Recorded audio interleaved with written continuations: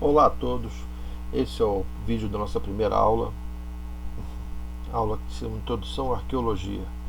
Esse é o esforço do IPN, do Instituto de Pesquisa e Memória Pretos Novos, para que possamos continuar com a nossa rotina de aprendizado, apesar da quarentena imposta pelo Estado em função da pandemia do coronavírus, Covid-19. Essa é uma pequena videoaula de introdução à disciplina Arqueologia e espero que vocês apreciem alguns dos conceitos fundamentais da ciência arqueológica. Esse sou eu, professor Reinaldo Tavares, sou historiador e arqueólogo, graduado em História, com mestrado e doutorado em Arqueologia pela UFRJ, Museu Nacional. Tenho desenvolvido as pesquisas sobre o cemitério de Pretos Novos e sobre o antigo bairro do Mercado de Escravos do Valongo, desde o ano 2008. Sou professor da pós-graduação do IPN, da disciplina Arqueologia da Diáspora Africana. Espero que vocês gostem dessa viagem sobre essa fascinante ciência chamada arqueologia. Bem, o que é arqueologia? Simplificando, é a ciência que estuda o surgimento, desenvolvimento e declínio de sociedades extintas mediante o estudo da cultura material, incluindo artefatos, sepultamentos, moradias, paisagens e ocupação feitas por seres humanos no passado. Importante lembrar, a arqueologia estuda sociedades extintas. Não é possível fazer uma arqueologia para sociedades do tempo presente. É importante que aquele grupo social tenha sido extinto para que a arqueologia possa fazer o seu trabalho, pois senão esse trabalho pode ser feito nos tempos atuais por jornalistas, antropólogos, sociólogos, historiadores. Quando não há como fazer essa pesquisa por esses profissionais, entra o arqueólogo estudando a cultura material produzida por aquele povo. O que a arqueologia estuda? A arqueologia estuda seres humanos, nunca dinossauros. Quem estuda dinossauro é o paleontólogo, ok? Espero que vocês não se esqueçam disso. Como é que é um sítio arqueológico?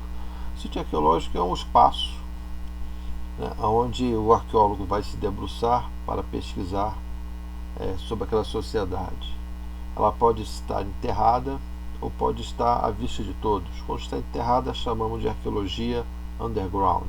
E quando ela está à vista de todos, chamamos de arqueologia above ground, ou seja, abaixo da terra e sobre a terra. A arqueologia vai estudar todo o espaço, orientando cientificamente, a fim de obter e reconhecer importantes vestígios das sociedades que nos antecederam. E quais são os indícios que são encontrados? São encontrados todo aquele indício que não foi decomposto pelo tempo. Normalmente a gente tem cerâmicas, a gente pode ter ossos, metais, objetos líticos, ou seja, objetos feitos com pedras, lascas de pedras, e tudo aquilo que a natureza não conseguiu decompor. Às vezes madeira, raramente, e muito mais raro ainda, cestarias e plumagens. Qual a importância desses achados? Eles vão contar realmente como aquela sociedade vivia. É muito mais rico o espaço onde a sociedade habitou de informações do que simplesmente alguns relatos colhidos pela história. E sem falar que existem povos que não deixaram relatos nenhum, os relatos não foram preservados. Então a arqueologia é daquilo que a gente consegue achar e aquilo que a gente consegue interpretar desses povos. Isso, claro, cientificamente orientado. Como a arqueologia pesquisa? Pesquisa com minuciosidade total. O arqueólogo tem que ser minucioso naquilo que ele estuda. Ele tem que registrar tudo, fotografar, desenhar, medir. Nada pode sair do campo arqueológico sem que seja coletado, medido, às vezes pesado, desenhado, fotografado, filmado. Toda a informação que o arqueólogo tiver sobre o sítio, ele tem que coletar, além de preservar o local, enquanto for necessário, e melhor, preservar uma área grande do sítio arqueológico intacta para que futuras gerações com outras tecnologias possam se debruçar sobre ele. O trabalho é realizado como trabalho de campo, extremamente minucioso, onde a escavação é feita, tudo é coletado, medido, pesado, desenhado, fotografado. Não sai nada do sítio arqueológico sem o rigor científico. As escavações são extremamente controladas, porque se você perder o contexto arqueológico que está ali, esse contexto nunca mais poderá ser refeito. Por isso que é importantíssimo a presença do profissional habilitado em arqueologia, porque sem esse profissional o sítio arqueológico se perde invariavelmente. O contexto arqueológico, repito, é o mais importante.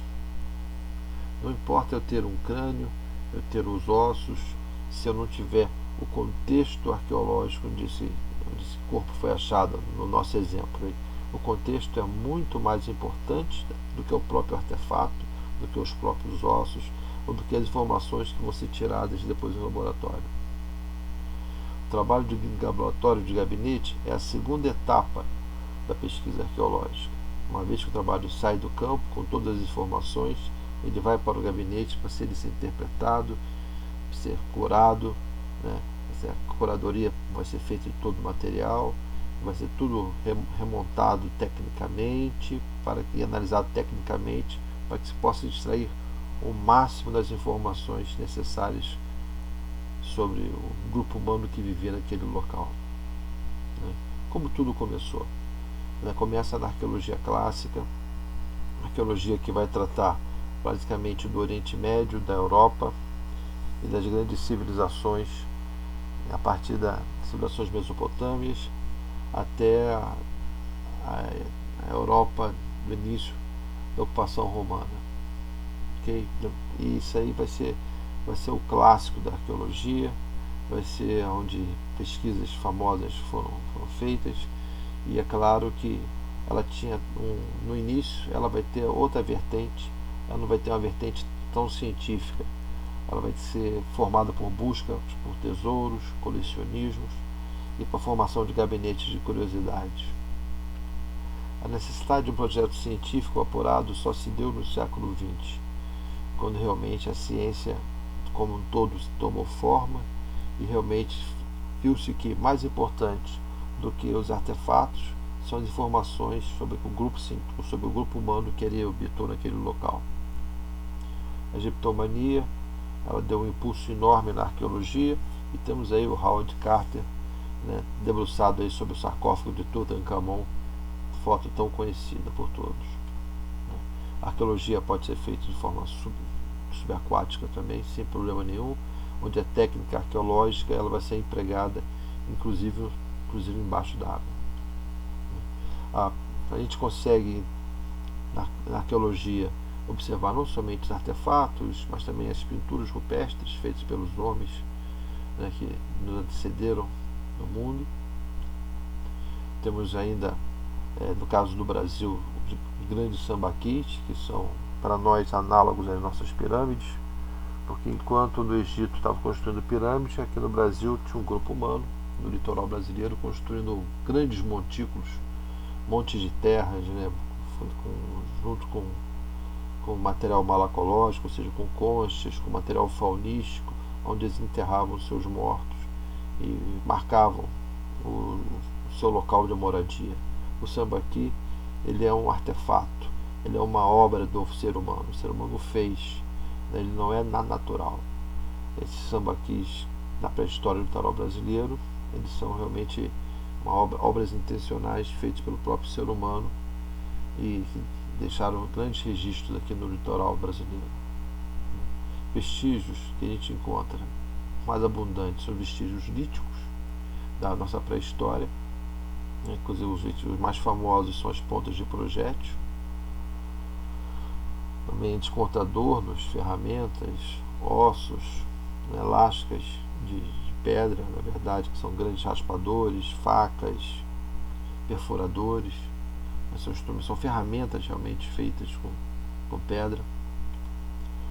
Encontramos sepultamentos com acompanhamento funerário, que vai contar bastante a história desse indivíduo e do grupo social ao qual ele está inserido. As pinturas rupestres, elas são verdadeiras obras de arte, foram legados pelos povos extintos, né, que mostram a vida cotidiana e aspectos religiosos e aspectos sociais desses grupos. Temos grafismos antigos, temos petróglifos que são feitos, em vez de pinturas, são perfurações, são pequenas esculturas em baixo relevo feitas em algumas rochas que se preservaram, né, onde inclusive encontramos estrelas, constelações que são representadas por esses seres humanos que tinham uma vida extremamente normal e que também, assim como nós, eram fascinados pelas estrelas, pelos elementos da natureza, e assim os representavam. A gente consegue, inclusive, ocupações antigas que existiam no Brasil. Esse é um exemplo das ocupações que existiam na Amazônia, que às vezes, com o processo de desmatamento, a gente consegue achar antigas aldeias, né, que qual não se conheciam ainda os seus vestígios.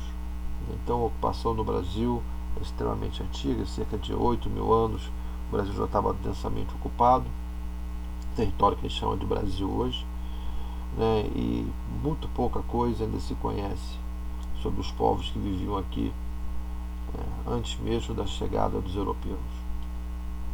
Claro que depois da chegada dos europeus temos os sítios históricos, aqueles que são fundamentais aí para a identificação daquilo que a gente chama de cultura, daquilo que vai se formar como Brasil.